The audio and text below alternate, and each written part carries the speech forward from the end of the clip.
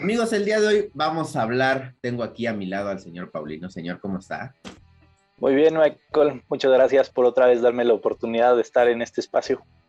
No, al contrario, te agradezco. Vamos a hablar de la selección mexicana que no sabemos si es un fiasco, si está jugando bien y sobre todo la gestión de Gerardo Martino, que para muchos es muy buena, para otros es muy mala y para otros les da igual. Pero desde tu punto de vista, ¿cómo ves a la selección en esta parte de la eliminatoria? Vamos terceros, pero tenemos a un punto atrás a Panamá y Estados Unidos, estamos empatados con ellos con los mismos puntos. Y ya Canadá no es un milagro, yo creo que tienen jugadores en la Premier, tienen jugadores en la Bundes, jugadores en la League On, y yo creo que Canadá ya dio ese salto de calidad que México no lo ha dado en los últimos 50 años. Hay diversos puntos que podríamos tratar si se trata de hablar de selección mexicana, de hablar de las selecciones de la CONCACAF y el progreso mismo que estas han tenido. Hemos tenido casi 4 años de hablar de progreso continuo de Estados Unidos, pero vemos que ese equipo sigue jugando a lo mismo y hasta sin grandes asombros después de toda una generación que está marcada a dar el ancho para el próximo mundial. No estamos hablando para Qatar con Estados Unidos, pero lo sorprendente es que Canadá salió desapercibido y hoy podría decirse que es el proyecto más atractivo por el tipo de jugadores que tiene y por dónde están jugando, como bien dices, y sobre todo por cómo juegan cuando vienen a la selección. Es que yo creo que hablando personalmente lo de Canadá, tiene dos jugadores que yo creo que se destacan del mismo. Alfonso Davids, que es el lateral izquierdo o extremo a veces del Bayern, y David, el del Olympique Ajá, de Lyon. Jonathan no, David. me Sí, parece que ¿no? juega en el Lille o En el Lille, sí, en el así Lille. es. O sea, esos dos jugadores para mí son la diferencia en Canadá. Lo demás sí está un poquito todavía en formación, pero es el Y líder son de la jugadores eliminatoria. que juegan en la MLS, que ya son profesionales, que se dedican a esto, y también tienen a jugadores que incluso han pasado por la Liga Mexicana. Ese es el problema, que no entiendo por qué Canadá, sin ser un país futbolero, ya es mejor que México en estos momentos en la eliminatoria. Cuando antes se iba a Yo, Canadá por trámite a meter 6 7 goles hace 10 años, y hoy no podemos con Jamaica, que apenas y con un milagro le sacaron la victoria, porque fue un milagro lo que hizo México. No fue un buen fútbol, no fue lucido, no tuvo individualidades destacadas. Fueron dos pelotazos que se terminaron clavando por descuidos de Jamaica. Y recordar que la mayoría de los futbolistas de Jamaica juegan en la segunda división de Inglaterra. O sea, tampoco ya no es el verdulero ni el mecánico los que juegan en Jamaica. sí, ya haciendo un poco más de énfasis en el problema de selección mexicana y comparándolo un poco con las selecciones del norte, yo creo que hay muchos temas a tratar, pero el principal es un estilo. México no tiene un estilo de juego y es algo que Estados Unidos siempre se ha sabido que su estilo de juego quizás es mantenerse bien en defensa, salir a contragolpe, jugar a velocidad y aprovechar la táctica fija. Un poco parecido a lo que ha hecho Canadá, pero Canadá. Canadá con una generación mucho más explosiva, mucho más técnica y que sabe sobre todo las transiciones rápidas, explotarlas de mejor manera. Y yo creo que esa es la principal diferencia, que México hoy no tiene estilo. Podremos cansarnos de que tiene mejores nombres, que tiene más experiencia en jugadores puntuales, pero no tiene estilo. Ya si nos queremos enfocar en otros aspectos, yo diría que no hay líderes, no hay liderazgo, quizás hay experiencia, pero la experiencia no se traduce en nada si no hay liderazgo. Y luego tenemos el eterno problema de entrenadores que se casan con un grupo. Podemos retomar distintos parajes de la historia reciente de selección mexicana y entrenadores van y vienen que se casan con jugadores. Y ese es el eterno problema. Siempre llegan y siempre le venden al público, a la afición, la idea de que va a jugar el mexicano que mejor se encuentre y siempre empiezan respetando esa idea, pero al final de cuentas, cuando el problema en selección mexicana se agranda, principalmente es porque los técnicos se vuelven reacios a cambiar jugadores y se casan con un grupo en particular y hoy ya tenemos desde hace un año fácil pidiendo que otros jugadores tengan la oportunidad y sobre todo que ya no veamos a jugadores puntuales que quizás ahorita los refresquemos, pero sí, es eso.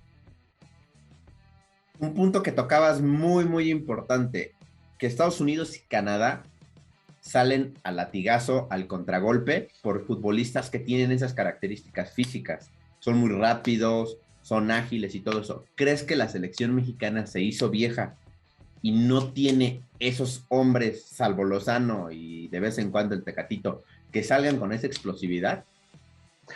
Es que a mi juicio se podría jugar de manera explosiva, pero mucho más inteligente. Sería tonto decir que la selección mexicana tiene jugadores para apostar a ese fútbol de defenderse y salir a los contragolpes. México hoy no los tiene. Y México históricamente, en teoría, al menos en la zona, tendría que ser un equipo que sale a proponer partido a partido. Y tampoco lo vemos.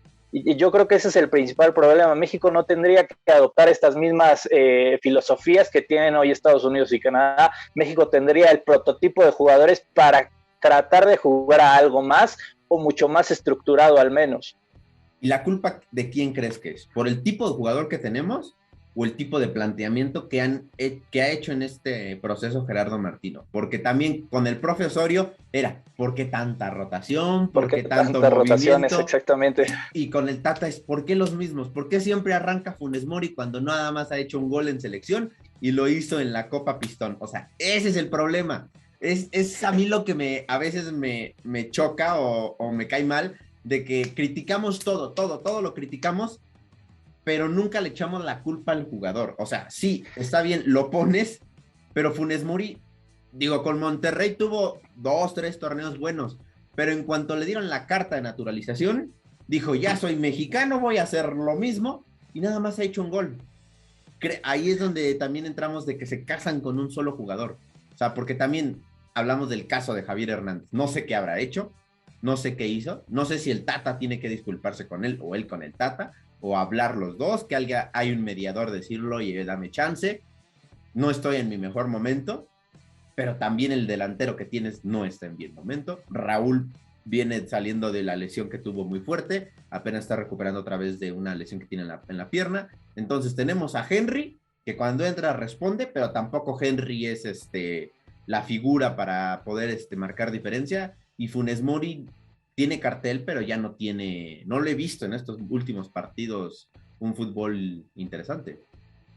Yo diría más que nada que son culpas compartidas, y es que también no nos atrevemos a englobar todo el problema, y siempre queremos sacar a un conejillo de indias a quien culpar, y está perfecto que ahorita sea Funes Mori, que sea Tata Martino, que sea en defensa el famosísimo Chaca al que nadie quiere, pero para mí son culpas compartidas. Estamos viendo que se le pedía al proceso pasado que tuviera continuidad. Ahora que está teniendo continuidad, los jugadores no reaccionan y se le está pidiendo al técnico que cambie de jugadores, que pruebe a otros. Aquí es cuando principalmente queda como vil mentira los partidos de preparación. ¿De qué sirve ser la selección que más partidos juega al año si cuando juegas tus amistosos, que no hay fechas FIFA, utilizas a jugadores jóvenes pero no los convocas para las fechas reales? ¿De qué te sirven los partidos de preparación si nada más son para ganar dinero, para cubrir cierta cuota de contratos, pero no ocupas esos jugadores en un proceso ya oficial? Ahora, si nos vamos al tema de este plantel actual, yo diría que está muy mal trabajado. No me gustaría enfocarme tanto en jugadores puntuales, aunque ciertamente hay jugadores que hoy no tienen nada que hacer en selección mexicana. Para mí el problema de Rogelio Funes Mori, yo soy pro Rogelio Funes Mori, te lo voy a decir antes, pero siento que sí hay una mala gestión al llevarlo, al usarlo en todos los partidos como titular, pero también es un problema de cancha. El equipo hoy no juega para Rogelio Funes Mori, que es un delantero de área. Sí es un delantero que sabe salir por las bandas, que sabe generar juego, pero es en esencia un delantero de área. Y si el equipo hoy no juega de manera amplia por fuera, hoy el partido de ayer vi los resúmenes, Chucky Lozano juega demasiado centralizado, no explota la banda. Tecatito Corona exactamente lo mismo. Son jugadores que no tienen esa amplitud por fuera, que sí podría llegar a tener Gallardo y Chaca Rodríguez partiendo como laterales, pero no centran bien. ¿De qué te sirven laterales que se sepan agregar al área si no saben meter centros con peligro? De hecho, ayer en el mismo partido lo comentaban, que no le llegaban pelotas al centro delantero, sea Henry, sea Funes Mori. Y de hecho, hubo mucho tiempo cuando sacan a Funes Mori, porque Funes Mori es un hombre que se bota, pero no es un hombre que juegue por banda. Henry, de la desesperación, agarró y se botó a la banda. O sea, se botó a la banda para buscar pelotas porque no le llegaban. Y lo que tú decías, el Chucky espera que le pase Gallardo siempre por la banda para filtrarle o él enganchar hacia el centro y pegarle. También no le surten pelotas al centro delantero. ¿De qué te sirve tener al mejor centro delantero si no le llegas pelotas? También yo creo que ese es el problema. Y también yo creo que un problema que tiene el Tata es que no ve la Liga Mexicana. El Tata se la pasa 6 meses en Argentina, dice, che, boludo, voy a convocar, sí, saco mi lista, y saca los mismos de siempre, sin saber si está bien, si tiene buen ritmo, si ha jugado, nada. O sea, ayer era un partido para que sacara tal vez al Tecate o al Chucky, meter a Lainez.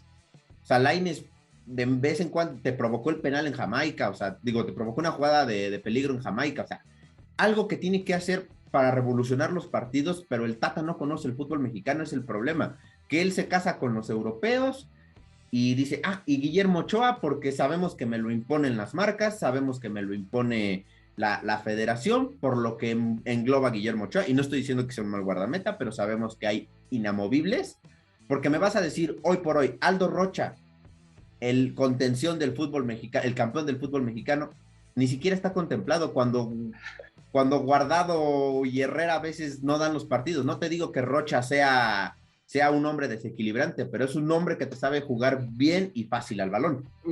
¿Para qué nos vamos tan lejos? Ese tridente en medio campo que tiene Atlas es completamente de mexicanos. Rocha, Márquez y Torres. Los tres dominan un estilo de juego de 3 mediocampistas y se saben agregar con 2 laterales que juegan muy bien las bandas como Barbosa y como Reyes. Ahí tiene 5 puestos que podrían ser ocupados por jugadores que entrenan diario, que juegan cada semana, que se entienden perfectamente. Y son posiciones en las que hoy no rinden tanto que Chaca Rodríguez, por izquierda Gallardo tampoco rinde, Álvarez en medio campo quizás es el único salvable, pero Héctor Herrera tampoco rinde. Es que también Herrera tiene calidad, pero está fuera de ritmo. O sea, con el Atlético no juega todos los partidos y los que juega los entra de recambio. O sea, Guardado ya le pesan las piernas. Sí es un muy buen jugador, pero ya no tiene la explosividad que tenía a los 18 años para salir jugando por la banda. Por eso es lo que decía, la selección se ha hecho un poco vieja en algunas zonas y cuando tienes futbolistas para renovar, el Tata no los conoce porque ni siquiera vio un solo partido de la liguilla.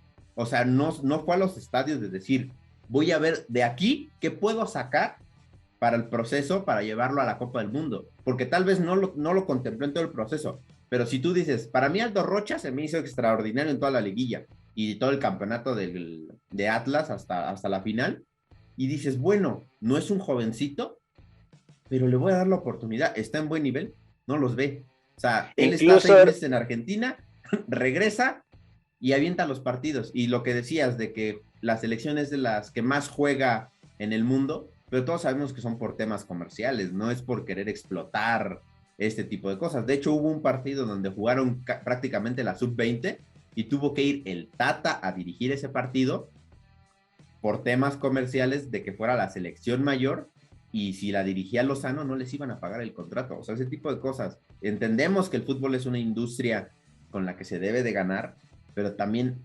apuéstale a largo plazo, no a corto plazo, para que el día de mañana todos esos chavitos se vayan a Europa, agarren experiencia, los puedas vender más caros y finalmente tu selección se nutra. Porque hoy el fútbol sobre todo porque está lleno de extranjeros.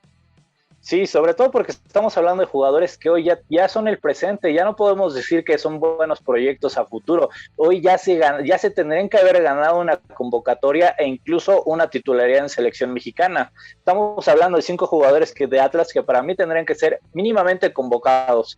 También podría hablarte de un Reyes en contención, que en Puebla también es otro que pasa desapercibido todo el tiempo, pero ¿dónde está Puebla desde hace año y medio? Peleando en la parte alta de América, ¿no? No, Reyes contención, me parece. Sigue en Puebla. No lo ubico, pero bueno, ok. Bueno, sí, pero hay jugadores, hay material en el fútbol mexicano que ya viene tiempo pidiendo sus espacios. También podríamos hablar en la lateral derecha Álvarez de Pachuca, al que sí lo ha llevado, pero tampoco lo ha utilizado.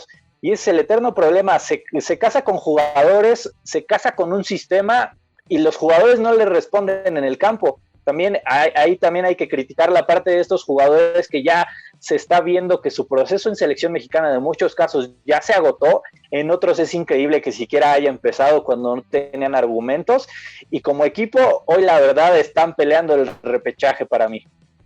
Es que ese es el problema. No sé si se casó con un grupo de jugadores que solo le da para ese tipo de esquema de juego, o se casó con un esquema de juego y trata de que eso funcione, porque con el Barcelona fracasó teniendo estrellas del fútbol mundial que con los ojos cerrados te bajaban un balón. Aquí el Chaca se tropieza con sus piernas, también dices, ok, les puedes exigir, porque son futbolistas profesionales, pero si en el Barcelona no adaptó un esquema, con la misma selección argentina no pudo, ¿crees que con esta selección, digo, porque no seamos realistas, no vamos a llegar al quinto partido en Qatar? O sea, tendría que pasar un milagro, que haya 4 expulsados, lo que tú quieras. Esta selección no está, hoy por hoy, esta selección está para calificar al cuarto partido, dependiendo del grupo que nos toque, porque si nos toca un grupo medianamente difícil, no vamos a pasar ni de la fase de grupos, y ahí va a ser un tema más cañón. Otra cosa, decían, corten el proceso de Martino, porque no está sacando resultados, pero no jugamos a nada. ¿A quién pones? Y para llegar, jugar 4 o 5 partidos más y armar todo de golpe, de bomberazos, de que armamos, márcale al Chichar, ahora sí, márcale para que venga a rescatar la selección. ¿A quién pondrías si el día de mañana Gerardo Martino se baja del barco? La verdad es que no he pensado muy bien en nombres, porque la verdad dentro del medio mexicano a mí ninguno me sorprende, salvo los casos de entrenadores extranjeros que dirigen en la Liga Mexicana. Bien podría ser un Coca, bien podría ser el técnico de Puebla, se me fue su nombre ahorita. Larcamón, ¿no? Larcamón, pero técnicos mexicanos, hoy la verdad yo no tengo ninguno. O sea, ninguno. Uno de los prospectos era Nacho Ambriz, fue a España y fracasó. O sea, dirigiendo la segunda división, fracasó. Está con Toluca y yo creo que no lo van a soltar. Y creo que Ambriz, una llamada. Creo que Ambriz ha demostrado que él necesita tiempo sí. Y presupuesto para hacer un grupo. O sea, Nacho Ambriz no es un entrenador que se haya destacado por formar jugadores, por formar planteles de un día para otro. Creo que él necesita tiempo, y en selección mexicana lo que menos tienes es tiempo. Porque a últimas van a sacar el teléfono, una llamada a Nuevo León, Miguel, vennos a salvar, porque no veo otro. O sea, o Javier Aguirre, que es el que siempre saca los barcos, pero el último mundial de Aguirre se casó con el Guille Franco, se casó con el Conejo Pérez. Y estamos hablando de un Aguirre que es el entrenador mejor pagado de la Liga Mexicana. No creo que renuncie a un puesto muy cómodo que hoy incluso yo diría, no sé por qué conserva, ahí con Rayados, pero pues está en la comodidad. Quizás Miguel Herrera, por su propio ego, pueda aceptar otra vez entrar de emergente, pero para mí es otro problema de la misma falta de estructura en el fútbol mexicano, traer a alguien que ya fracasó. Es que ese es el problema, que decimos fracasó, pero él que salió por un problema extra cancha. Sí, pero tampoco fue que nos llevara al quinto partido, o sea, nos tuvo 45 No, y si recordamos su última Copa Oro, porque estuvo marcada por un pésimo desempeño de su equipo. Ganaron el campeonato, pero fue en esa semifinal, dudosa, sí. Para mí, polémica, la más polémica que ha existido en CONCACAF, con esos penales que no le quisieron marcar a Panamá. Entonces también su proceso ya venía en caída, aunque no lo quiera admitir. Él mismo se saboteó su proceso con ese escándalo, pero el proceso ya se venía dañando también con el Piojo. Sí, es que no hay un técnico que ahorita digas, corto la cabeza de Martino y sé que este hombre me va a cambiar el planteamiento de la selección, va a hacer cosas. No lo hay. O sea, porque y sobre todo y sobre todo porque a mucha gente le encanta el nacionalismo de es que lo tiene que dirigir un mexicano. Y si a mí me preguntas hoy qué técnico mexicano está apto para dirigir selección mexicana y que esté adecuado a sobre todo ese trabajo que te digo, podríamos hablar de un Nacho Ambriz, pero Nacho Ambriz ya demostró que necesita tiempo. Lozano, la verdad, no sé si tendría la capacidad para tratar a una selección mayor. Le fue muy bien con un proyecto que supo trabajar, pero que es de límite de edad, que como siempre en México, mientras sea de límite de edad, se puede trabajar. Pero más allá de esos, yo no encuentro nombres. Sí, no creo que haya un nombre ahorita. Yo creo que sería un error cortar a Martino, yo creo que es dejarlo hacer su proceso, porque quieras o no vamos a ir a la Copa del Mundo en el repechaje como segundos, como terceros, pero vamos a ir a la Copa del Mundo y si no la CONCACAF se encarga de llevarnos a la Copa del Mundo, porque es un tema comercial de millones de dólares si México no va a una Copa del Mundo, que hace 4 años estábamos sufriendo por calificarlo, y yo creo que cada vez nos cuesta más este sobrenombre del gigante de la CONCACAF. Yo creo que ya nos queda pues de lado, porque hoy las selecciones han crecido, se han acortado las distancias, pero México no ha cortado las distancias con otras selecciones de potencias, porque para ser sinceros, el partido contra Alemania fue bien planteado por el profesorio, porque fue bien planteado, pero también nos enfrentamos a una de las Alemanias más débiles mentalmente de toda la historia. O sea, no fue una Alemania en potencia, que si hubiera sido una Alemania en potencia, nos mete 4.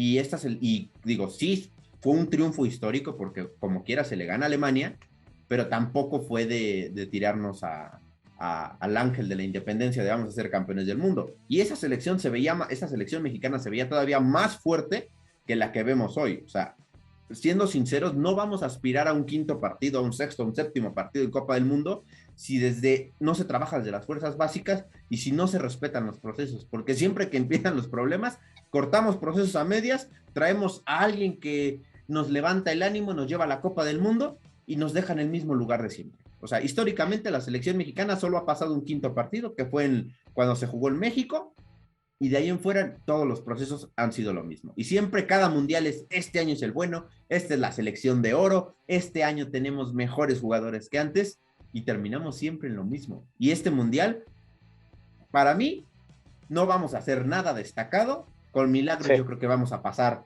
al cuarto partido. Y dependerá del grupo, ajá, exactamente. Yo también lo veo como un proceso meramente transitorio de aquí al mundial en el que vamos a ser partícipes de la Copa del Mundo con Canadá y con Estados Unidos, pero sí va a ser un proceso transitorio en el que no se ve actitud de los jugadores. En ese sentido, yo también diría que históricamente los jugadores mexicanos han adoptado esa idea de que se crecen contra el grande y al menor lo menosprecian, y eso ha pasado en la zona. Históricamente se ha menospreciado a países a los que no se tendría que menospreciar, y sí, en su momento era nada más Costa Rica y Estados Unidos que trataba de jugar fútbol, pero ahora ya vemos a dos proyectos en Norteamérica más atractivos que el mexicano, y en Centroamérica con todos sus problemas. Ayer el partido de Panamá, bastante atractivo cómo juega Panamá. Panamá tendría que ser muy cuidadosos los que quieran analizar el próximo partido de selección mexicana, porque Panamá sufrió contra Jamaica, pero generó un juego bastante atractivo, muy entretenido, que podría complicar incluso el pase directo de la selección mexicana. Pero en ese sentido yo también le echaría la culpa al estereotipo de jugadores que una vez que llegan a la selección mexicana tal parece que se encuentran arropados por una comodidad que los hace perder el ritmo de juego con el que compiten en clubes, el ritmo de competencia y sobre todo el ser competitivos con ellos mismos. Porque siempre nos hemos cansado de decir que esta selección le planta cara a los equipos grandes, siempre les complicamos los partidos a las selecciones de élite, pero siempre se nos complica pasar a los mundiales. Entonces ahí yo también criticaría mucho el aspecto mental. Es que ese es el problema, porque cuando jugamos contra Brasil en el último mundial, en Rusia, los primeros 45 minutos no nos hicieron gol, porque un tipo de 40 años dejó todo en el medio campo, sabía que eran sus últimos minutos como profesional y parecía que tenía 18 años. Ya no le alcanzó el cuerpo, ya no le alcanzó el físico, pero tenía la mentalidad, Rafael Márquez, de que sabía que era su último mundial y contuvo a los brasileños durante 45 minutos, un tipo de 40 años. Hacen el cambio, Rafa ya no podía, se nos desplomó la selección. Ahí ese es el problema, que yo creo que es un tema de mentalidad, porque vamos a Jamaica. Sabemos que los jamaiquinos juegan fuerte y van duro a la pelota, por su misma genética van fuerte. Y se le complica, a cualquier selección se le puede complicar, pero con buen fútbol se les gana. Pero es el problema, que por decir, cuando llegábamos a jugar contra Guadalupe, que les metíamos 10, 11 goles, somos la gran selección. Y hoy ya se nos complican los partidos. O sea, Canadá y Estados Unidos, hoy por hoy son proyectos que aspiran a mucho más cosas que la selección mexicana, porque en México nunca hay un proyecto, siempre se está trabajando, pero nunca se han habido resultados. Entonces yo creo que para que México pueda ir a otra zona y poderle pelear a los grandes, se necesita trabajar las fuerzas básicas y un esquema de trabajo en el fútbol mexicano que hoy no lo hay. Un modelo de negocio mal hecho, porque en Estados Unidos, Pulisic, ¿por cuánto se fue a la Premier? Casi por nada. Y aquí te quieren vender a Macías en $20 millones cuando ha hecho un gol y jugando 2 partidos decentes. Yo creo que también deben de los dueños del fútbol mexicano, porque sabemos que hay mucho dinero en el fútbol mexicano, yo creo que deben de aspirar a ganar a futuro, porque ellos quieren ganar ahora mismo y no cuidar su negocio, porque al final de cuentas es un negocio. Entonces, los argentinos, ¿qué hacen? Los venden por $1 o $2 millones y de repente ya aparecen en la serie a 2-3 años y ya valen 40, 50 millones. Y aquí ya te quieren vender un mexicano que ha jugado un torneo bien en 10, 15 millones y no te los pagan. El Betis pagó 18 por Lainez, algo que no se había visto, porque las condiciones de Lainez se veían. ¿Cuánto pagó el PSV por el Chucky? Pagó, me parece que 18, 20 igual millones de dólares. O sea, cuando Dybala se fue por 4 millones y hoy vale 80 millones si lo quieres ver así. O sea, yo creo que el modelo de negocio del fútbol mexicano está mal hecho.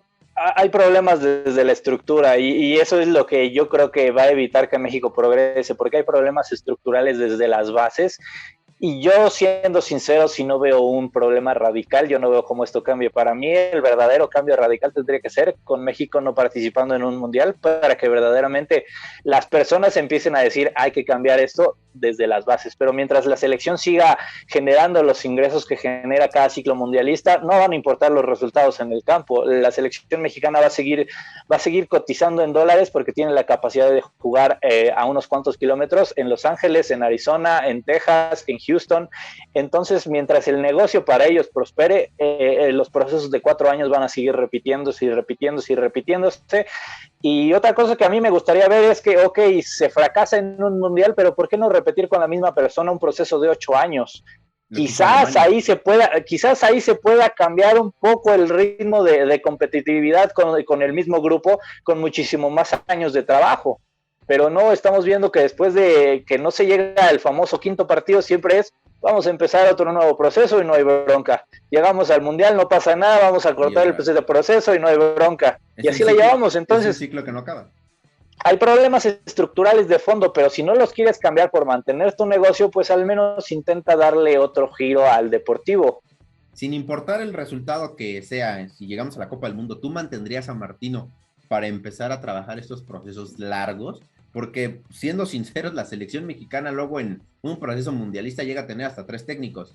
El que empezó mal, el que medio rescató el barco y el que termina haciendo. O sea, cuando estábamos peleando con Nueva Zelanda el rescate, tuvimos 3 técnicos, o hasta 4 me parece. O sea, entonces aquí sí yo siento que también es dejar trabajar a los técnicos, pero también darles armas. O sea, ¿de qué te sirve tener al mejor técnico del mundo si tienes al Chaca Rodríguez de lateral izquierdo que sabes que no te va a rendir? Y no es tirarle al Chaca, pero en los últimos 2 partidos el hombre no se ha visto bien. ¿Y para qué lo vas a exhibir? Mejor no lo convoques. O sea, juégatela por decir, ahí tienes a Luis Reyes.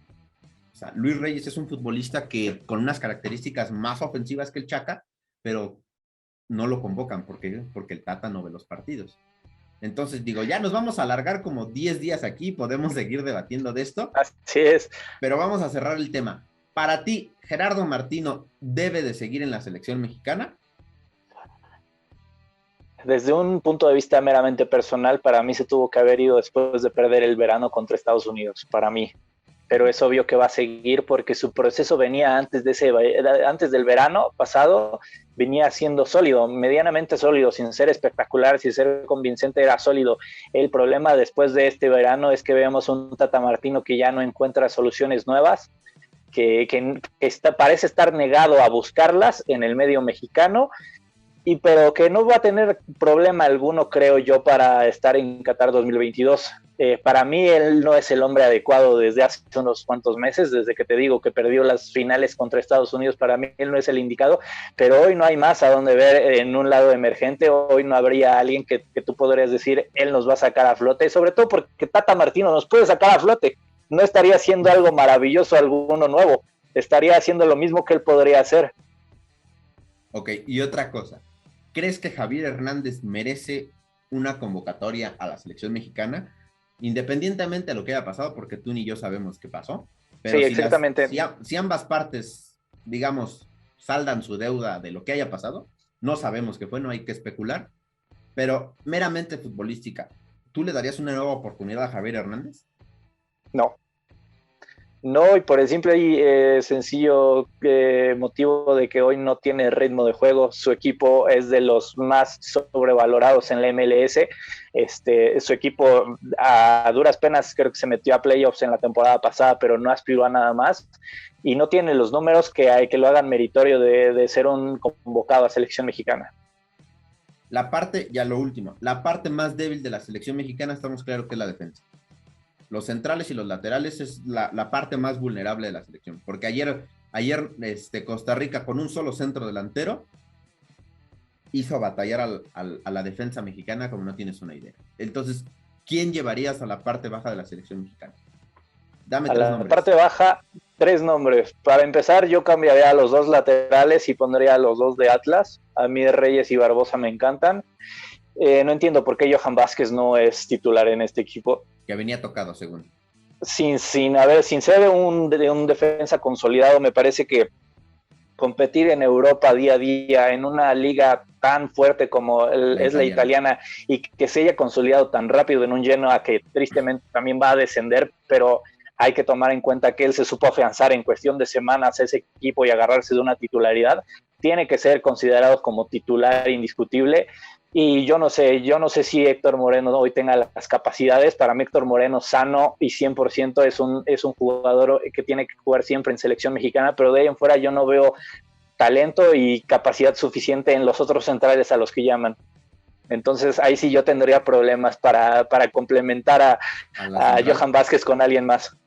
Ok, perfecto, señor Paulino. Fue un gusto haber platicado con usted. Nos podríamos haber extendido 4 horas tirándole, Así es, tirándole y hablando, pero la verdad es que el fútbol mexicano está en decadencia. La selección mexicana está en una situación muy difícil, en un cambio generacional, donde no tenemos a quien tome esa batuta de estandarte de la selección. Sabemos que el arco siempre va a estar bien protegido porque afortunadamente el fútbol mexicano se ha nutrido de arqueros bastante sólidos, pero de ahí en fuera, de la defensa para arriba, no tenemos nada. Esperemos pues, le podamos ganar a Panamá y clasificar al Mundial, si no aquí estaremos platicando del fracaso más grande en la historia del fútbol mexicano. Señor Paulino, sus redes, por favor. Me pueden seguir en Twitter, @pau_lino14 o en @marcadorglobal1. Muchas gracias, señor Paulino. Aquí abajito les dejo las mías, pues no sé si ahí nos quieran seguir. Y pues nos vemos yo creo que la siguiente semana hablando del fracaso o del triunfo del Gerardo del Tata Martino. Así es. Saludos. Saludos.